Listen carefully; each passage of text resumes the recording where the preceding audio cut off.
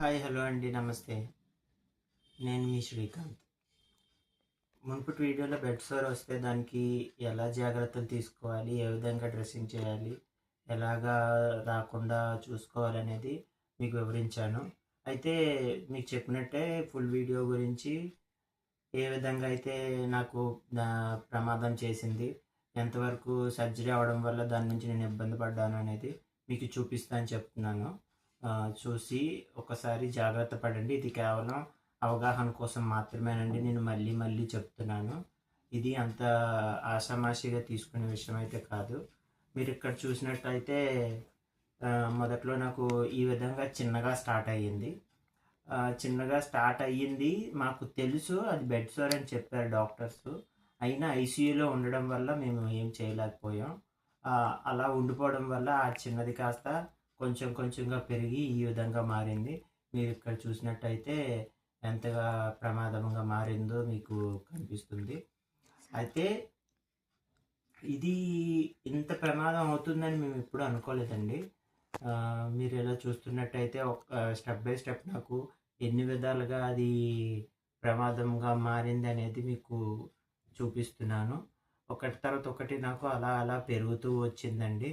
తర్వాత సర్జరీ కూడా చేశారు. సర్జరీ చేసిన తర్వాత ఇంతగా హోల్ అయిపోయింది. దీనికి ప్రతిరోజు నాకు 3 టైమ్స్ డ్రెస్సింగ్ చేసేవారు.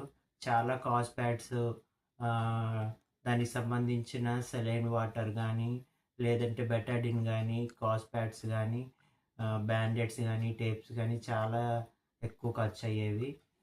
దానికి సంబంధించిన మెడిసిన్స్ కూడా డాక్టర్ చెప్పినట్టు మేము ఫాలో అయ్యాము. ఆ విధంగా మేము ఫాలో అవుతూ ట్రీట్మెంట్ తీసుకుంటూ వచ్చాము. ఇప్పటికీ ఇగోండి మీరు చూసినట్టయితే ఈ విధంగా ఉంది. చాలా బాగా తగ్గిందండి. కాకపోతే ఇది ఇంతవరకు తగ్గడానికి 2 సంవత్సరాలు టైం పట్టింది. మీకు కూడా ఇలాంటి ఇబ్బంది రాకూడదనే నేను మళ్ళీ మళ్ళీ ఇది చెప్తున్నాను.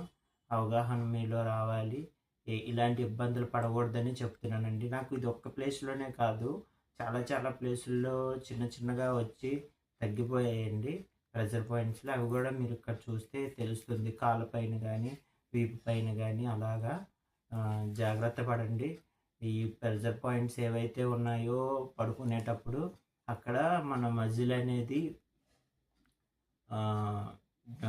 డెడ్ అయిపోయి అక్కడ పుండ్లుగా మారి ఈ విధంగా బెడ్ సోర్ అయిపోతాయి. మీకు ముందు చెప్పినట్టేని ఇది చూసి మీరు జాగ్రత్త పడతారనుకుంటున్నాను. భయపడొద్దండి.